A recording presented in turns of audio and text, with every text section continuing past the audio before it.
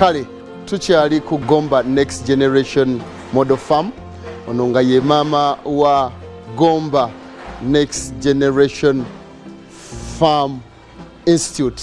Tuli Gomba eno atuze twogera ku nte nti osobola ogifunamu otya, birungi ki ebiri mu kulunda, weewaayo, bubonero ki kwolabira ente nga nnungi, ente n'akuwa amata ogitegeera otya.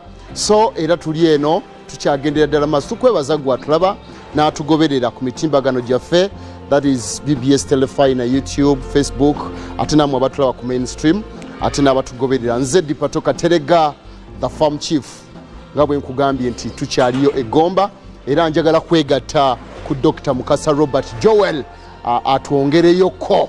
Ente bw'oba onoogikama tusooka kutunuulira ki, tugikama ddi na ddi, bw'eba eneekuwa amata obulungi ogikama otya, na biki ebiyinza ogigaana okuwa amata omulungi mu kiseera ekyokukama. Sigalako ng'otulaba ate kannegatte butereevu ku Dr. Mukasa Robert Joel, ate obulamu tubeere nga tubutambuza. nga bwe tuzze nga tubannyonnyola ku nnunda ey'omulembe, olwaliro tuli wano era ku Gomba Next Generation Model Farm, ng'olwaliro nzze okubalaga enteekateeka y'ente ng'ogenda ogikama.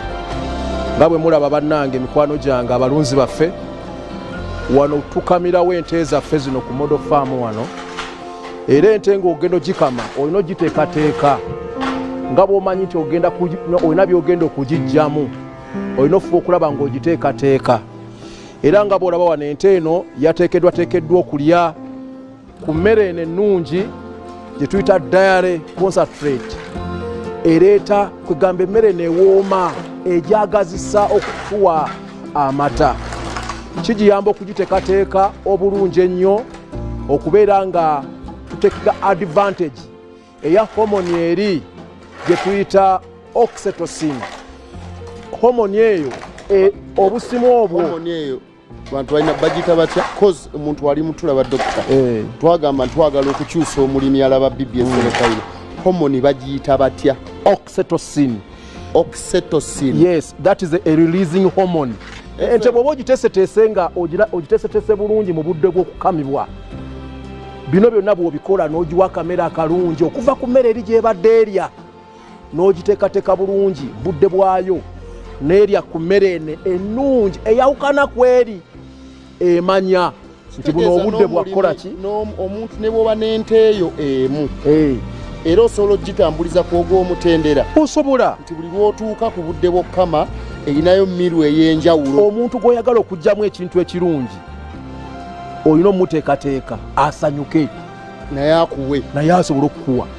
N'olwekyo ente eno tugiteekateeka bulungi, era nga bw'olaba eri mu kulya tepapa, omwana ali wano ali mukama tenyega, egamba kankuwe nga bw'okoze eki, okoze ogugwo naye kankulu gwange. N'olwekyo ekiseera kino kyakukama, ng'era bw'olaba wano wonna ente zonna, ente zaffe zirina amata ag'enjawulo okusinziira mu lita quantities ezivaamu. Buli nte performing okusinziira biki bye yalidde n'obusobozi bwayo, the genetic potential, amaanyi gaayo mu kukuwa amata gali luddawa. Akati nnyo dokita atulaba omulungi bazze batugoberera ekiseera kyonna, yali agadde okumanya ente yaffe eno kika ki. Abalimi bano balunzi bakujja nga tubajjukiza ente yaffe eno gye tulina wano ku Gomba Next Generation Model Farm kika ki, ntobeke si ntobeke? Ente yaffe eno pure Fresian,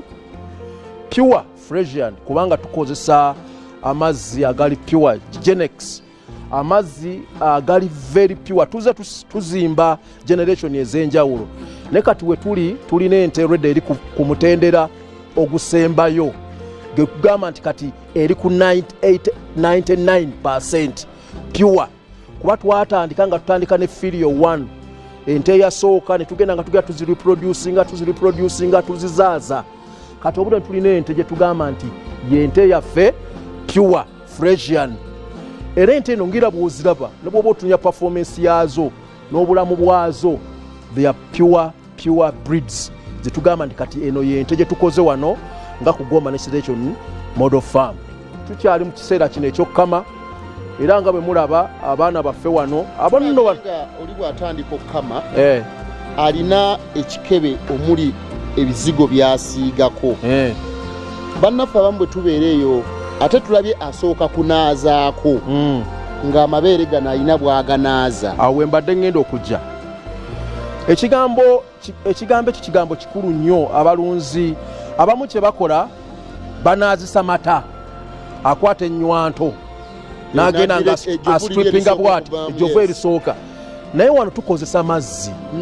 Oluusi tuyinza okufuna amazzi agabuguma n'ofunayo amazzi agabuguma, kuba amazzi agabuguma ng'okoseza ne kattawulo galina engeri gye ganyonyoogera ekibeere ne kifuna obwagazi. Ekibeere bwe kifuna obwagazi kigamba nayo kitandika okubeera okusumulukuka ne kigamba o. N'olwekyo tukozesa amazzi ago agabuguma oluusi ne kattawulo ne tukakosa bulungi n'osiimuula bulungi ku ki omuntu afumba amazzi geesere. Manyi abantu baffe buli muntu ategeera bulala. Kigambo ky'oluzungu kyalebadde lukewarm, ekibuguumirize. Amazzi nga ndowooza tukategedde abalimi gakibuguumirize. Kyokka oyinza okuba tolina amazzi ago nga tojja kusobola kufumba mazzi gabugume, naye ng'osobola okufuna amazzi amayonjo wadde tegabuguma. Amazzi amayonjo kubanga nkusuubira nti ogenda ku disinfecting ente eno ng'omaze ogikama. N'olwekyo bw'ofuna amazzi kyensinga ennyo okwagala kwe kwoza ekibeere ekyo, kuba bwe kibadde ente weebadde etuula oluusi abamu si bayonjo. N'olwekyo okwoza ebbeere eryo kirungi nnyo nti oba ojjako ze twalisenga sediments oba obukyafu obuli ku bbeere, ku kibeere ekyo kubeerako obukyafu bungi. Ente ezimu abalunzi osanga zeebaka awantu awakyafu. Kaka tugamba yozaako amata gano g'ogenda okuwa abantu gabeere maki? Gabeere mayonjo. Bw'omala okwoza ebbeere eryo bulungi nnyo oddira n'osofteninga, kuba bannaffe abakama naddala ng'okozesa engalo, abamu engalo ziri raafu, ayinza okukalabula ebbeere eryo n'alikalabula.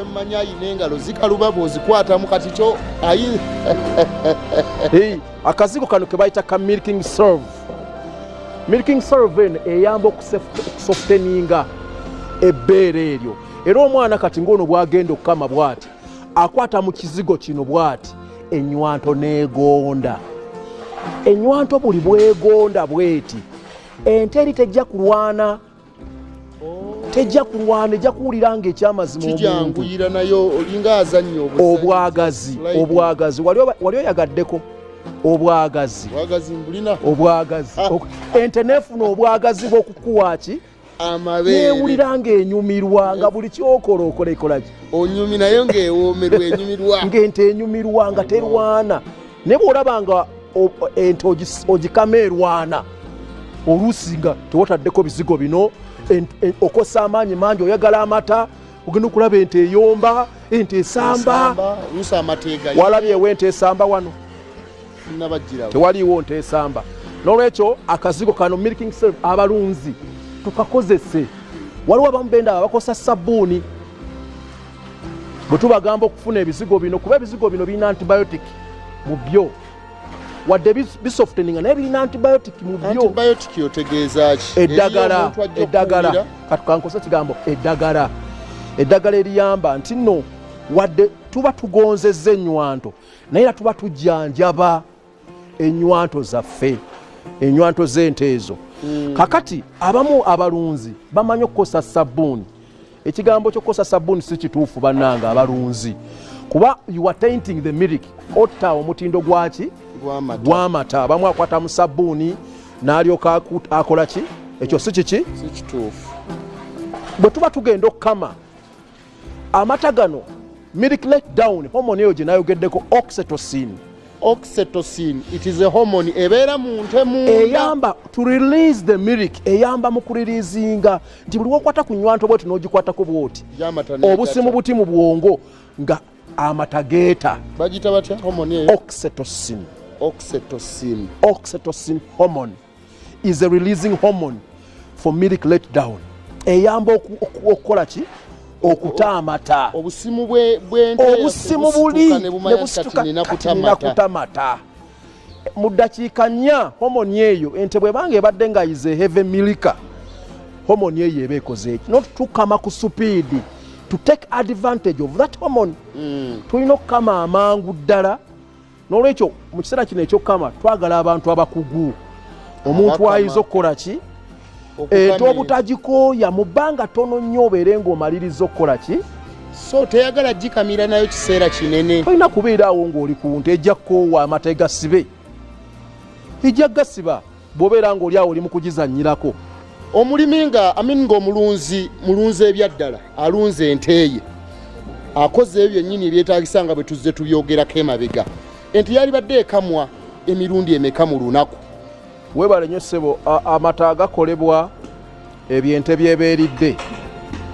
Ente bw'ebanga ebadde erya bulungi ng'ekkuta, buli bw'ogikama, the more you empty the udder, gy'okoma okugyamu amata, the more secretion amata gye gakoma okukola ki, okujja. Wano kye tukola buli luvannyuma lwa ssaawa 18 18 hours tuba tuddamu ne tukola ki, ne tukama.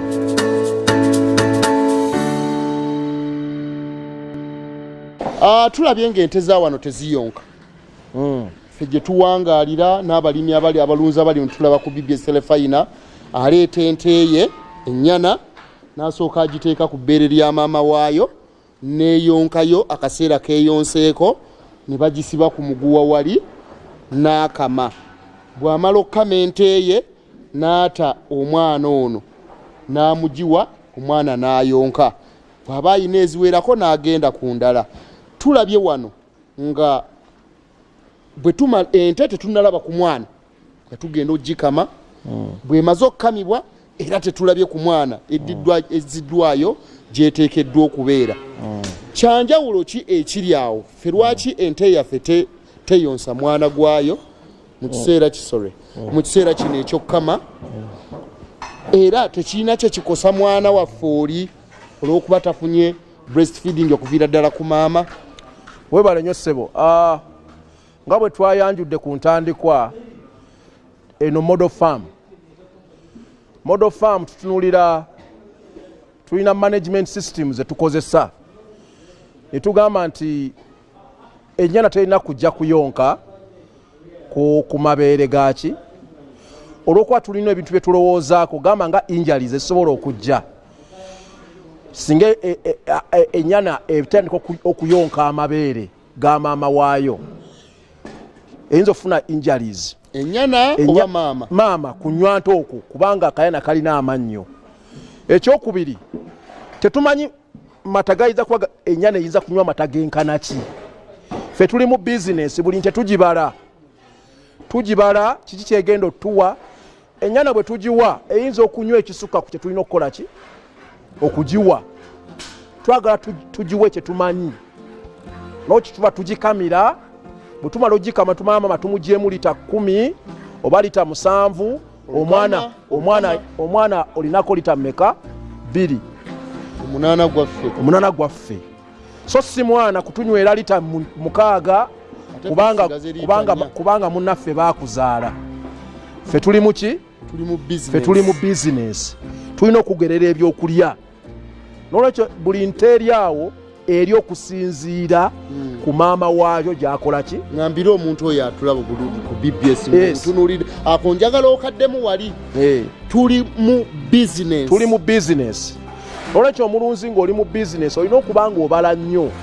Buli bw'oleka ennyana enywe tetumanyi kyegenda kunywa, eyinza okukulya ne weemaliza nga tokoze eki, tovuddeeyo. So twetaaga tukibale bulungi nnyo nti ente ng'eyo bw'eba evaamu lita 7, singa ennyana egikakanako n'enywa lita 4, tunaavaayo ddi? Tulina abakozi, tulina emmere, buli kimu tulina okukibala. N'olwekyo ffe tugigerera ne tumanya tonavulidde ennyana eno erina okuba ng'enywa this much. Tugamba bw'eba ente efulumye lita 7, waakiri ennyana erina okunywako lita mmeka? Lita 2 buli lukama. Ne tumandya kati bizinesi tutambula ffenna okaddemu dokita buli lukama. Omuntu ajja kubeera eyo. Nalabye ku BBS farm chief yaleese omusawo n'agamba ente olina ogiwaako liita 2 zokka. Liita ezo 2 tuziwa ente buli lukama kubanga tumanya omwana waffe era asobola olumu okufuna liita 4. Andi kati obudde buno kisinzira ente ezo kati mulimu ennyana ze tulina wano nga ekyali nto gavumenti ezitandika ennyana etandika okunywa amazzi ku nnaku 21 ng'ewezezza ennaku 21 bw'eba ekyali nto wona eba yeetaaga nnyo amata. Kitegeeza kitoyinza giwa ku makya n'oddamu n'ogiwa kawungeezi. Bwe tuba nga tukama ente emirundi 3 wano ennyana ziba zirina okunywa buli lukama. Kituyamba nti ennyana eyo naye ekula buki ekula bulungi n'ekulira mu budde naye nga tenyodde kingi mulundi gumu. Omwana bw'amaliza okukama bw'atyo olw'okuba nti ente zino oluusi mu environment mwe ziri mulimu obulwadde bungi tuturiitinga amabeere ago nga tukosa kituyita mastitis care. Mastitis care ono atuyambako kubanga mastitis mu Luganda kye bayita ebbanyi. Ebbanyi eryo lijja olw'obuwuka bwe tuta staphylococcus buli wano mu environment bu bacteria ebbanyi eriruma ente ku bbeere n'ezimba ekibeere bweti nga teyagala kukola ki eyo eba bacteria. N'olwekyo kye tukola buli bwe tumala okukama bwe tuti tudipinga ennywanto zino mu ddagala lino lyetuyita mastitis care netutuuza mbweti ente bw'eba eddayo okutuula wali bacteria zino tezijja kuwalampa ki nnywanto zino olw'okuba ebbeere lino obutuli buba obutuli buli openi bufulumya amata. Mulimu ente ezimu nga they are heavy milkers nga ne bwetula bweti neyetuulira amata gakola ki kati weba nga togijjanjabye ejja funa obulwadde obwo kuba obuuka obwo omwana mu environment weebuli togambanga nti nze tebuliiwo weebuli kubanga obwo bwonna bitonde byaki oliyinza okugamba nti engeri gye sinaayo zange kulwala njaddigula nga nkirabyeko. Okwerinda si buti n'olwekyo twetaaga tweteketeke bulungi. Bw'omala okukama omulunzi ennywanto z'ente ezo zinnyike mu ddagala lino okulaba ng'ozijjanya n'okuzitangira eri obulwadde obwo bwe tuyita obw'ebbanyi. Bw'omaliriza okukola ekintu ekyo amaze okunnyika bulungi awo ente oli wadde embojjita neddayo kiriro kyayo eddeyo mu factory eddeyo ekola amata amalala. Kale tulinde cycle eddako. BBS Terefayina program obulimi n'obulunzi tubeera wano buli lwa 6 essaawa zibeera zino zennyini n'obeera ng'otaye tuteekebwamu ssente era ne tuwagibwa mikwano gyaffe aba Prime Power Uganda bano ne bakutuusiza oyagala pampu oyagala pipes ez'okutambuza mu nnimiro zo ogaziye ku ngeri gy'oyinza okuliisa mutwogedde ku ndiisa tuze twogeranga ku ndiisa mu bisolo bino kati n'ebirime ebyo birya bitya biriira mu mazzi kati oyagala agenda okuyambako mu kutambuza ebintu ebyo mu nnimiro zo pumps bomba balina ze tuyita solar panels oyagala biveera ebigenda okuyambako mu kukuŋŋaanya amazzi mu faamu yo ba Prime Power Uganda bali mu Ndeeba ku Naja building. Twagala kumaliriza nteekateeka eno ey'okukama. Abaana baffe tubawadde amata ente entuufu omuntu nga ye yayagala business mata yali badde ekuwa ekitono amata genkana ki mu lunaku nga omukami mulungi tuliisizza bulungi buli kimu ya on point. Tuli mu business ente tugiwaga eteekeddwa kufuna ente yali badde etuwa ekitono mata genkana ki lita 3 ffe tetukyamuukiriza saagala omuntu ajje kunona wano nteegano muwa lita 3 zaali badde liita mmeka mu butono. Ndi mu kubreakinga ngenda nkugambye lita 3 olunaku. Lwaki nkugambye 3? Nsobola n'okukibreakinga bwento nyinza okugamba kubanga waliwo ebigendo betugenda okutunuliramu mu mathematics. Ngamba lita 3 katugeze ente ngeyo singa tugikama emirundi 3 olunaku njibalira lita 10 lita meka lita 10 buli lunaku. Bwe nkama omulundi ogusooka nenfuna mu lita 10, omulundi ogwokubiri nenfuna lita 10, omulundi ogwokusatu nenfuna lita 10. Size lita meka lita 3. Kati lita 3 ago really ente mba ngisuubira okubeera nge ente esembayo esobola okumpa lita ezasatu olunaku under good management bwebanga nte ennungi mulimu ente wano tulinawo ente ennungi ezikola ekintu ekyo mulimu n'ente ezimu eziyingira lita 5 singa obanga obadde ogikoze eki ogirabiridde bulungi yes ente ng'ekyamazima egenda kuwa lita 5 olunaku mulimu n'ezigenda mu 6 60 liters in a day naye nga nkugambye ng'okyawuddemu nga bwenkoze eki bwenkikumenyedde ate kano kagatteko toddeyo ne weeyibaala olw'okuba owulidde twogedde ku nte ejja okuvaamu liita 4 olw'okuba gwe genda ogiriisize ku kisaawe ku lusalosalo lwa shafa ati ate oyo omulunzi mbadde siraba mwogerako tumuleke ow'omu kisaawe ayinza okujja n'ayogera ow'ekisaawe nedda tunamwogerako oyo naye tugenda mwogerako omulundi mulala omulunzi w'ekisaawe kattali mu bintu bino buno obudde mu bibalo bino tali mu business ebibalo bya lita 10 buli lukama ow'ekisaawe taliimu alundira ku kisaawe n'azigoba lusalosalo lw'akatende agenda ku lusalosalo lw'akatende yalabyewo ebisagazi kati n'asooka atulekemu pulogulaamu ng'egenda okuggwa tujja mwogerako naye bino byonna mubisomesa ku Gomba Next Generation Institute bano abaana abamu bolaba wano bayizi baffe bolaba abakama wano obo bayizi baffe bakama balunda wano benyigiramu n'olwekyo ffe kye tukola wano kwe kuteekateeka omwana okubeera ng'afuuka manager omulungi agenda okugoberera bino n'okubissa mu nkola mu bulunzi obw'omulembe kubanga abalunzi baffe basoomoozeddwa nnyo abantu banoonya ente ez'amata era sebo dipato ekigambo kino kitambula njagala nte y'amata nfuna abantu abankubira essimu njagala ente yaki ey'amata ente y'amata ng'ekamwa lita 6 waliwo ayagala lita 5 ekigambo ekyo kigambo kirina okusoomoozebwa naye kinjagala okunyweza mu kyo amata bakola makole wadde ngambye ezo lita 3 olunaku n'ekama 10 tegeereeta bakola maki olwekyo gwatulaba ku BBS mukwano gwange omulunzi amata ga cost benefit kyoteekamu kyekisalawo kyokola ki kyofunamu netubaddira ku mulundi oguddako era mu nkola y'emu tuli ku nte tugenda ku lw'omukaaga olujja kukuzaamu ate n'ensonga endala ku nte ogenda okuteeka ente ewaka mu kiyumba ky'okoze tujja kwogera ku bintu bingi nnyo ekyamazima ng'otuukiridde oleme okwevuma obibi n'obulunzi